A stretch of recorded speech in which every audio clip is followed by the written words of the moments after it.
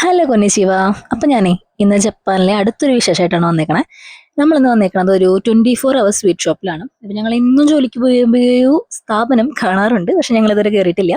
ഞങ്ങളിന്നൊന്ന് കയറി നോക്കാന്ന് വിചാരിച്ച് ജസ്റ്റ് ഒന്ന് കയറി നോക്കിയപ്പോഴാണ് ഞങ്ങൾക്ക് മനസ്സിലായേ ജപ്പാനിലൊക്കെ ഇങ്ങനെയാന്ന് തോന്നുന്നുണ്ട്. ഇതിൻ്റെ ഉള്ളൊരു മനുഷ്യക്കുട്ടി പോലും ഉണ്ടായിരുന്നില്ല. ഒക്കെ നമ്മൾ തന്നെ ചെയ്യണം. സംഭവം നമ്മൾ തന്നെ എടുക്കണം, നമ്മൾ തന്നെ പേയ്മെന്റ് ചെയ്യണം, എല്ലാം നമ്മൾ തന്നെ ചെയ്യണം. അപ്പൊ ഞങ്ങള് പേയ്മെന്റ് ചെയ്യണ സ്ഥലത്തൊന്ന് പോയി നോക്കിയപ്പോഴാണ് മനസ്സിലായി ഇവിടെ ക്യാഷ് എടുക്കില്ല, കാർഡ് മാത്രമേ എടുക്കുള്ളൂ. ഞങ്ങളുടെയിലാണെങ്കിൽ കാർഡ് ഉണ്ടായിരുന്നില്ല. അപ്പൊ ഞങ്ങൾക്ക് ഇവിടെ ഒന്നും വാങ്ങാൻ പറ്റിയില്ല. സങ്കടമായി എനിക്ക്. അപ്പൊ ഞങ്ങൾ ഇതെല്ലാം കണ്ട് വെള്ളം ഇറക്കി പോന്നു. അപ്പൊ നിങ്ങളെ ഒന്ന് കാണിക്കാന്ന് വിചാരിച്ച് അപ്പൊ ഞാൻ ഇതിൽ കുറച്ച് വീഡിയോസ് കൊടുക്കാട്ടെ ഇതിലത്തെ ഐറ്റംസിന്റെ. ഇതൊക്കെ കണ്ടാൽ തന്നെ നമ്മളൊരു ഷുഗർ പേഷ്യന്റ് ആവും, അതുപോലെയായിരുന്നു. എന്റെ പൊന്നോ, എന്ത് രസം കാണാനായിട്ട്. നല്ല നല്ല പ്രസന്റേഷൻ ആയിരുന്നു എല്ലാത്തിന്റെയും. നല്ല രസമുണ്ടായിരുന്നു കാണാൻ. ഇതൊക്കെ കണ്ടു കഴിഞ്ഞിട്ട് ഞങ്ങൾ അപ്പുറത്തെ കടയിൽ പോയിട്ട് ഒന്ന് ഒന്ന് സംതൃപ്തി വരാനായിട്ട് ഞങ്ങൾ ഒരു ഐസ്ക്രീം പോലത്തെ സംഭവം മേടിച്ചു.